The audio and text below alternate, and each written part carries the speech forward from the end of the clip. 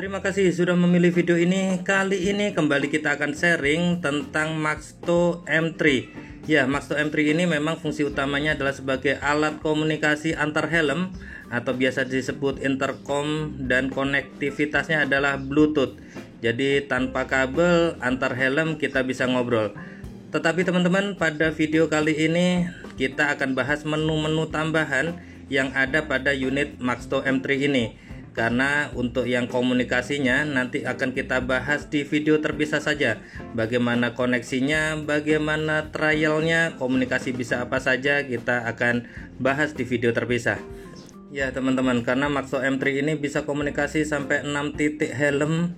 Nanti kita bahas bagaimana komunikasinya dengan unit yang lain. Dan ini kalau teman-teman sudah melihat di video unboxing saya, di paket ini juga termasuk headsetnya, ada speaker, ada juga micnya juga ada dua, ada yang untuk helm half face ataupun juga yang full face. Komunikasi dengan Maxto M3 untuk headsetnya adalah USB mini, jadi nanti kita tancepin, kita trial saja. Ini untuk yang helm half face. Oke, kita akan tes menu-menunya, apakah bisa kita manfaatkan juga atau tidak, apakah efektif dimanfaatkan atau tidak, kita akan trial. Oke, ya ini teman-teman, ini unit utamanya. Ini di atas ada tombolnya, di bawah ada portnya. Setidaknya ini yang pertama adalah port untuk memasukkan memory card. Jadi tanpa memory card dia tidak bisa recording. Ini saya menggunakan memory card jenis ya micro seperti ini. Ini kita tancepin saja, dia bisa sampai 128 GB teman-teman. Tapi ini saya masukin yang 32 GB aja untuk trial. Lalu port berikutnya, inilah yang untuk komunikasi dengan headset. Ini adalah USB micro seperti ini, tinggal kita tancepin saja. Tidak mungkin terbalik nancepinnya juga, karena profilnya juga berbeda.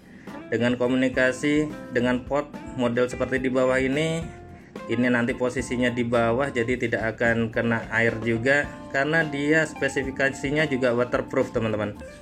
Dan ini unit speakernya ada dua, nanti kita juga sharing bagaimana memasangkan di helm supaya nyaman.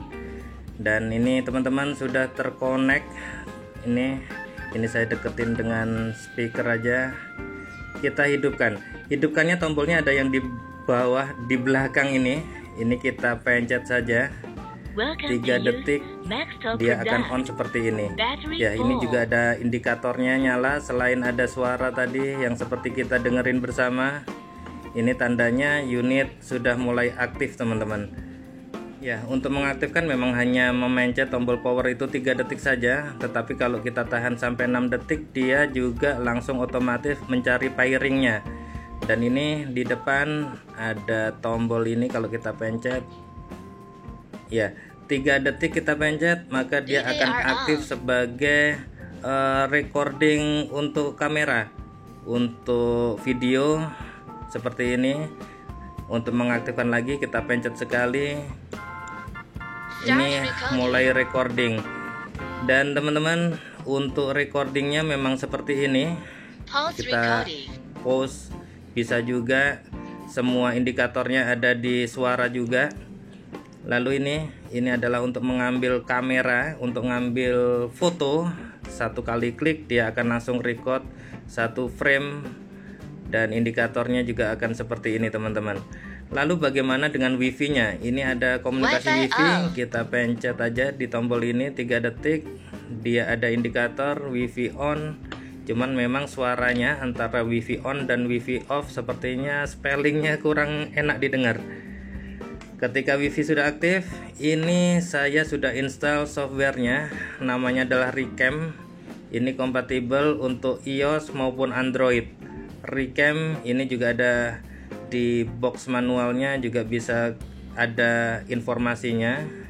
Ini ketika nanti sudah komunikasi secara wifi, kita juga langsung bisa melihat apa yang tampil di kamera melalui layar handphone ini. Oke, kita aktifkan wifi, kita deteksi. Ketika handphone kita sudah mendeteksi ini ada M3, ini adalah koneksi yang akan kita tuju.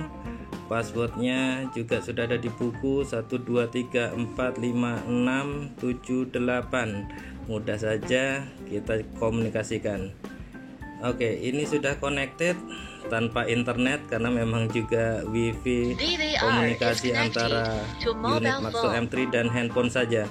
Ini juga ada juga indikatornya, dia sudah connected. Barulah kita buka lagi recam. Ini recamnya, lalu kita koneksikan satu klik. Ya, seperti ini teman-teman, sudah bisa melihat langsung apa yang ada di layar. Ini kalau pakai iOS ini cukup lancar, tidak ada lag. Tetapi beberapa isu untuk di Android ini gambarnya suka delay. Ini kalau di iOS lancar, tapi saya coba kemarin untuk di Android agak-agak delay teman-teman.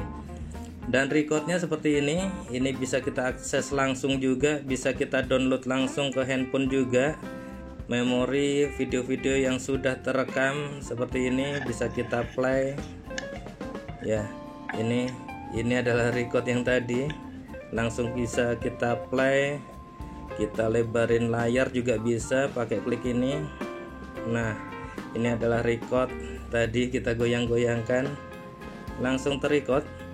Recordnya kalau di layar handphone cukup jelas karena dia katanya pakai sensor lensa Sony, jadi cukup jelas. Nih record untuk kameranya juga cukup bersih, untuk foto cukup bersih, tersimpan juga, bisa kita download ke handphone. Tapi kalau untuk kita preview saja juga bisa di handphone. Oke teman-teman, ini adalah menu setting kamera yang ada di software Recam ini. Misalnya ini adalah cycle recordingnya. Jadi setiap file bisa kita simpan mulai 1 menit, 3 menit atau 5 menit. Jadi video potongan-potongan, jadi tidak terlalu panjang. Lalu ini juga resolusinya mulai dari WVGA sampai 1080 HD bisa juga. Ini juga untuk resolusi fotonya sampai 12M tertinggi. Menunya bisa kita akses dari menu Recam ini. Lalu ini WDR itu untuk weight-nya. Ini cukup banyak menu-menunya teman-teman. Nanti kita coba-coba saja semuanya. Dan ini adalah recordingnya live, bisa kita tonton juga. Oke teman-teman, untuk software Recam bisa terkomunikasi lancar, terutama untuk iOS. Jadi kalau teman-teman punya isu di Android, mungkin teman-teman harus beli Apple. Dan ini bisa kita klik untuk start recording, stop recording, dan untuk mematikan aktivasi dari kamera DVR kita klik lama-lama saja. Ya, sampai ada indikasi yang suara di speaker bahwa dia sudah off. Lalu ini adalah multi button. Kita klik 3 kali, ini bisa mengaktifkan FM radio. Ya, bisa kita dengar sepanjang perjalanan. Ini untuk merubah channelnya, ganti radio cukup dengan button ini. Kita rotate gitu saja, dia akan mencari channel FM berikutnya. Sedangkan kalau kita rotate tahan seperti ini adalah untuk menaikkan volume, atau sebaliknya itu adalah untuk menurunkan volume. Dan untuk multi button ini kita klik 3 kali, dia akan berubah dari FM mode ke Bluetooth mode. Sangat mudah, kembali ke FM mode pun tinggal kita klik 3 kali, dia kembali ke FM mode. Dan teman-teman, untuk mematikannya kembali pakai tombol power utama ini. Ini kita tahan sampai indikasi powernya mati. Ya, seperti ini. Ini powernya mati, sudah mati semua. Indikasi lampu pun juga tidak menyala lagi. Tetapi kalau dimatikan tapi indikasi lampu masih nyala, kemungkinannya adalah DVR belum mati sempurna sebelum kita matikan yang power utama.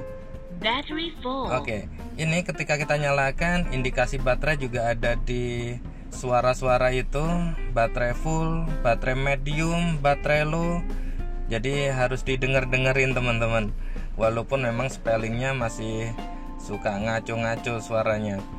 Oke, itu saja sharing dari kami. Terima kasih. Silahkan selalu like dan subscribe channel Doni Senoaji untuk informasi-informasi menarik lainnya.